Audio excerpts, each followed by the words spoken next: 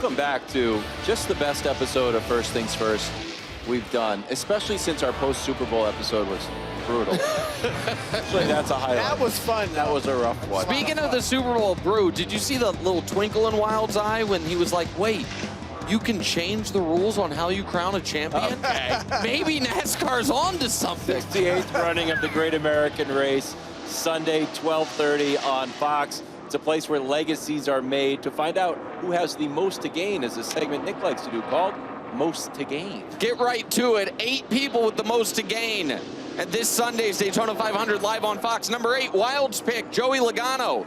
He's a one-time winner. He would become the 14th man ever to win this race twice. He also has 3 Cup Series championships already. Last time he won a duel, he came in second. So, you know, came close that time. Number 7, my pick, Ryan Blaney. He's never won, but he has 2 seconds, a 4th, 3 other top 10s. He's the Cup Series champion from a couple years ago. He would stamp this ticket by winning this race. Number 6, us, and we've already won. I just want to, Wild loves to say, we love sport. Yeah, sport. And I got to tell you, no better indicator than how amazing this has been for all of us. To be out here with the legends of the sport, kind of parachute in and just absolutely fall in love with it. Can I just have a quick caveat in Most to Gain? You realize why it's an iconic American and worldwide sports event. It's just, you can feel it if you're here. So come on down, hop on a plane. You can still be here. You can still be here. 12:30 on Sunday. Number 5, Brew, your guy, Bubba Wallace. Right. The first ever Daytona he raced in, he finished second. He was 36 1,000th of a second from a win in 2022. He's been so close, can he finally get it? Number 4, Kyle Larson, part of Hendrick Motorsports team. It's the only crown jewel race he hasn't won. Reminds me a little bit of Alex Palou going into the last year's Indy 500. Has won championships, season-long championships, but hadn't stamped himself in that race. He's actually never finished better than 7th. Number 3, Denny Hamlin would be a 4-time champion, joining Carl Yarborough and Richard Petty. He already has 8 top 5s. He should have won for his first season-long championship last year. Denny Hamlin. Number 2, William Byron, going for a 3-peat. No 3-peats ever. The closest was Denny Hamlin when he came in 5th 5 years ago. He would be the 7th ever 3-time Daytona 500 champion. And number 1, guest of First Things First, Kyle Busch. Yeah. It's the only thing missing. And to never win and then go win the pole and win the 500. No one's done that, by the way, since 2000. It would be his final crown jewel race. It would complete a first ballot Hall of Fame career, Brew. Yeah, I'm going to add Brad Keselowski, who also, like the 2 Kyles, is going for the Grand Slam, the 4th crown jewel race. And to do it on a broken leg, or a leg he broke less than 2 months ago. He said that about a month ago, he was wondering if he'd ever walk again. And so if he could win this race, that'd be fantastic. Well, it's a great pick. You can't get fresh tires without going into the pit. It's time for Most to Lose. So here's the thing. We've had such a good time. I've liked all the drivers. Yes. I didn't even really want to do Most to Lose. But you guys said, really, you do one, you have to do the other list. It's your favorite thing on the show. Number 3. Most to Lose Sunday, Chicago Bull Michael Jordan. Wait, why? Why is that? Well, I don't know. Did you see LeBron James last night? And what about LeBron? Did he look awful spry? What does that happen? Well, what else happens on Sunday? The NBA All-Star game. What if he wins All-Star MVP at age 41? Okay, you don't like that? What about this? Basketball owner Michael Jordan. Now this one I can see. This I mean, one makes sense. Oh, how can you expect? Exactly, since he sold the team. Meanwhile, he's looking across the racetrack. He's like, wow, Joe Gibbs changed sports, owns a team's doing pretty well. And number 1, Most to Lose. I'm gonna guess. Yeah. It's not Michael Jordan, is it? NASCAR owner Michael Jordan. I knew that was I didn't see it coming. You know who he co-owns the team with? Denny Hamlin. Denny Hamlin's the favorite to win the race, but not for Michael's team. Michael's team's way back in the 20s. Denny Hamlin, meanwhile, might win it. So, Most to Lose. I'm as shocked as you guys that this is what ended up happening. Okay, all right. Not shocked at all. We've got 60 more seconds. Official picks. Official picks, bro. You know what? I was going to change, but just because of the Most to Lose, Bubba Wallace who runs for 2311 Jordan's team. If he wins it, Jordan moves to most of the games. I'm sticking with Joey Logano. I flirted with a few other drivers. I'm sticking with Logano. He's had led the race, at least for a little while, in every 9 of the last Daytona 500s.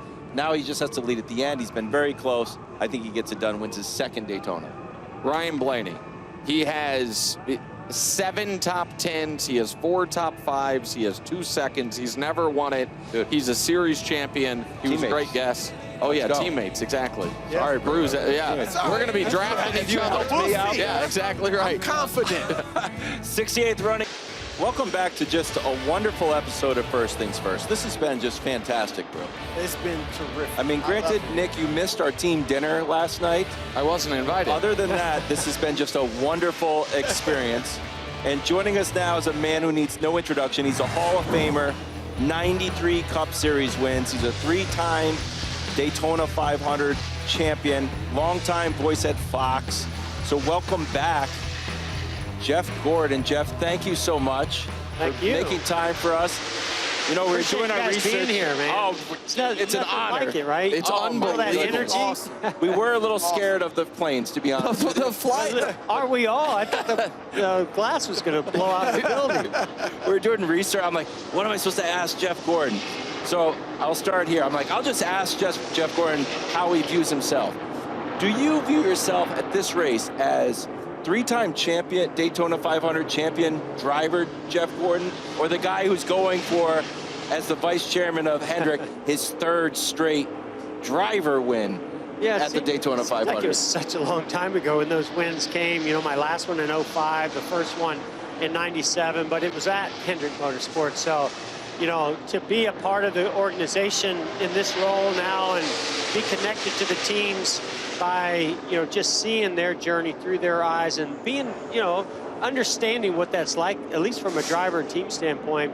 I would say it's more of the role that I'm in now. It's amazing to be on that list of Daytona 500 winners. Nothing quite like it, but I'm pulling for our teams to go win out there on Sunday. Well, the man going for the 3-peat, William Byron, is, of course, on your team. No one's ever 3-peated. He would be the 7th ever driver to have 3 Daytona 500s, with the first to win 3 in a row. He's going to have to do it in a backup car. How much does that change things, the backup car things, and what would a 3-peat at this racetrack mean for the sport? Yeah, I mean, this is such a tough race to win. That's why it's never been done before. You know, there's so many things involved with how you execute, how you avoid the crashes. There's a little luck involved. You got to have a great race car. Just so many things have to go your way. Decision making by the driver and the team, and that's why it's the most prestigious race to win. And how you know, everybody looks at it as it's just hard to get one, let alone go for 3 in a row. Yeah, you know, listen, William is a smart racer. He's got a great team. Not concerned about the backup car at all. I think that car will be just as good or fast or be capable of winning this race. Worry a little bit about the track position that he'll be starting with, coming from the rear of the field with that car. And then, you know, how do you get that track position? And then you just go to last year on that final lap. I mean, he was 9th, I think, crossing the line for the white flag. I never dreamed he could have won that race, and yet he did. So you just can never give up, and that's what that team has a lot of fight in them. What's the biggest transition for you from driver to vice chairman? And I can imagine, like, there's so much of you that wants to get out there on the track. A little bit. Well, there's so much that was going on when I was on the track that I had no idea was going on. I mean, just all the behind the scenes of what gets the team, what gets those race cars to the racetrack. You know, you're so focused as a driver on your role and what you do with the race team and the prep that you have. But there's so many people that make that happen, from, you know, sponsors, hiring people, building the race cars, the pit crew that is, you know, doing all their practices and getting fit and ready, all the planning and preparation that goes on with the engineers and all the data that they're sorting through. So I love it. I get to now be closer to all those things. You know, folks in the engine shop doing every little nut and bolt on that engine. I just get to be involved with so many more people now and I get to enjoy it through their eyes when they have success. But it also is because you go through the journey of how you get there. So, yeah, I'm really enjoying this role. I put the racing behind me. The only time I miss it is when those guys have, like Chase Elliott had here last night. You're in that battle right to the end. There's guys jockeying for position around you. You make a great move. You cross the line, first, and you win the race, checkered flag, and you get to celebrate with your team. Nothing will ever replace that feeling and that moment that you have as a race car driver. Jeff, have you seen Top Gun Maverick? I have. You get back in that car. It's like, you know who can do it? I can. Like, who's out there? I wish this was Hollywood. Since your first time here, and now that you're on the other side of it, what has been the biggest difference in the race itself, and what is exactly the same? I mean, the competition's just gotten so much tighter. The cars are all more equal. The teams are all better. The drivers are probably better. I just think that I can remember coming down here the first few years back in the mid-90s, and there were a handful of us that could break free from the rest of the group. Things were just handling better, cars were faster, and you had an opportunity to really mix it up amongst a handful.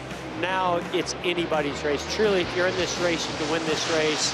And you've got to do everything right to get it done. So I do think it's even more difficult to win today than it's ever been. With respect to legends like Cale Yarborough and Darrell Waltrip, I think most NASCAR fans look at, if there is a Mount Rushmore, yourself, Jimmy Johnson, Dale Earnhardt Sr., and Richard Petty. Thank you. I'm happy to be in that company. Oh, well, I mean, I think it's probably general consensus. I know you wouldn't say it, but I think that's how people feel. Of everyone driving today, contemporary drivers, are there one or two that you see and you say, you know what, that guy either has the makeup or is on track, or I could see one day elevating from great Hall of Fame level driver to the legendary status? Man, there's a bunch of guys I think that are incredibly talented out there, but you got to look at a guy like a Kyle Busch or Denny Hamlin's been doing it for a long time, doing it at a high level. All Denny needs is a few championships that kind of got away from him over the years, and I think you'd be immediately putting him up there in that category. Probably the same for Kyle Busch. Now you've got Kyle Larson, who I think is definitely in the conversation. And then William Byron, I would say, too. We're fortunate to have some guys, Chase Elliott. But I would say right now Connor Zilisch is getting a lot of buzz as the future. Wow. He's got the personality, he's got the talent. He can win at any track. He's not done that in the Cup Series, but he's done that in every other series. So that seems to be a guy that's getting a lot of attention like that. You know who he's being compared to? I pulled this from the Charlotte Observer. He's compared to Jeff Gordon. I knew I liked that kid. That's so funny. He's 19. That is great. Well, the format for the Chase title now is they're calling it Back to the Future, going back to what it was years ago. Do you like that move, going back to that? I do. I won my 4 championships under an entire season of accumulating points. Then we went to the Chase format, which is what we're now going to have. That's that 10-race stretch after the regular season. We went to this playoff format, trying to compare ourselves to other sports, and we're just unique. We're different. We're not like other sports. So it's exciting, and as much drama is involved with these rounds and the eliminations. I don't think that is the best way for us to crown a champion or to recognize the best of the best throughout the whole season. I think this is a great balance of that, and it's going to reward consistency. It's going to reward aggressiveness. It's going to reward the race team over the season. I like it. Do you talk to the 4 drivers on Hendricks, Chase Elliott, Kyle Larson, Alex Bowman, William Byron, who we've talked about it for a while. Do you give each of those guys the same advice pre-race, or do you tailor, hey, you should do this, or I saw this? How do you basically coach them up? I mean, let's be honest, I'm not coaching these guys. These guys have so much information they're being fed from their engineers, from their crew chiefs.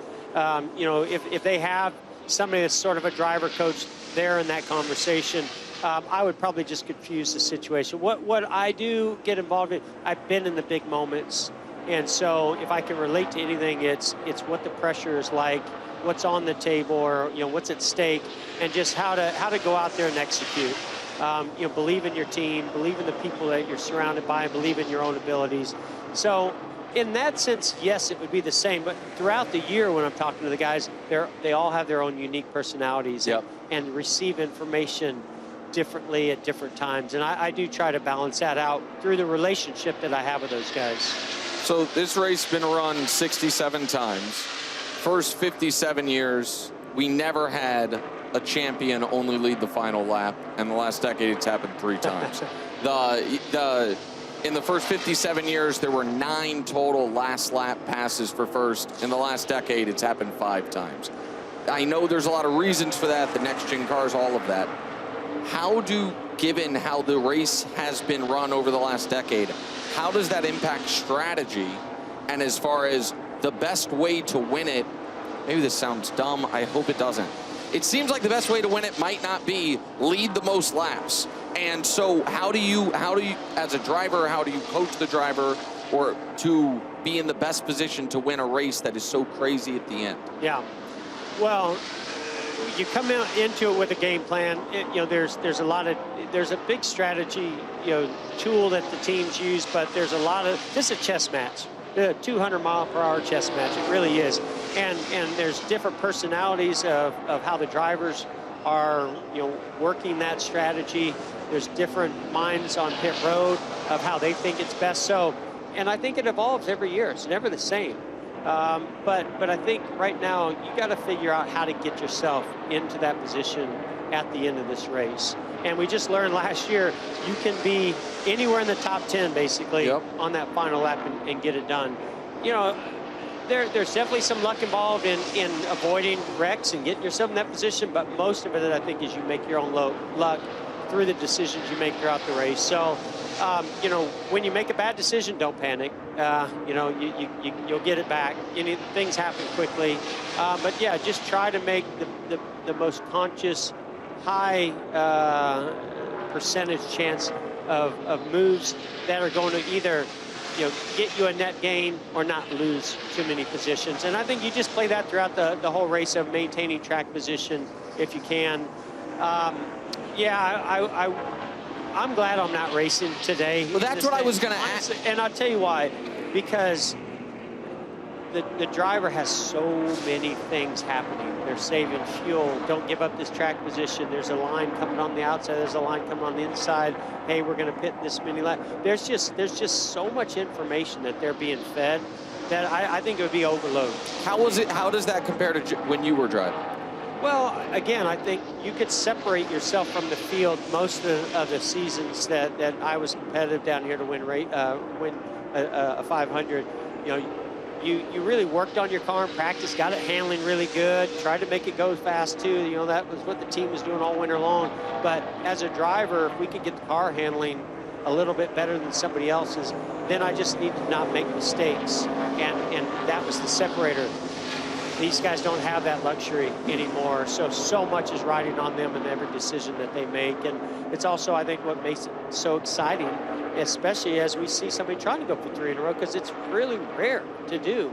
I don't want to leave here without saying Hendrick Motorsports also has 3 other chances to win 3 in a row. Which has never been done. So we'd like to accomplish that too. But as good as William has been down here, I don't care if he's going in the backup. I think he still has a shot at winning it. But I'm not in the car anymore. It's intense. It's always been a big moment. And we've got 4 guys and 4 teams that I think are going to be in the mix, and I'm excited about that. And if I don't know that there's a whole lot I'm going to be able to do to help them in that moment, but I know we put them in place and gave them the resources to be successful, and I can't wait to see them go execute that. You were in, Jeff, more than 800 races in your 25 years as a driver. Does any one stand out more than the rest? There's 2 that really stand out for me. The first one, we went to Indianapolis with NASCAR, a historical moment, the inaugural Brickyard 400. As a kid that grew up California, then I went to high school in Indiana. Always wanted to race in the Indy 500. That was sort of my dream come true, was to go and compete there in the NASCAR event, but then to win it was just beyond what I could ever imagine. And then my last win was at Martinsville, Virginia, my final year in 15. My wife and my kids were there to enjoy the moment, and it was just, I got to go race for a championship because of it, and it was one of my favorite tracks that I raced on throughout my career. So that was a really emotional win that I'll never forget. Well, Jeff, thank you so much. Thank you, Best guys. of luck Appreciate you guys being on here. Sunday. Thank you. It's an honor for us. Absolute honor. More First Things First, live from the Daytona 500, counting down to the 68th running of the Great American Race Sunday on Fox. Across the world with them sundown girls, my friend. The road goes on till it ends. You feel like tonight till about 4 or 5 and sleep in. Thanks for watching. Subscribe here to get more from the show and to check out clips from other shows on FS1.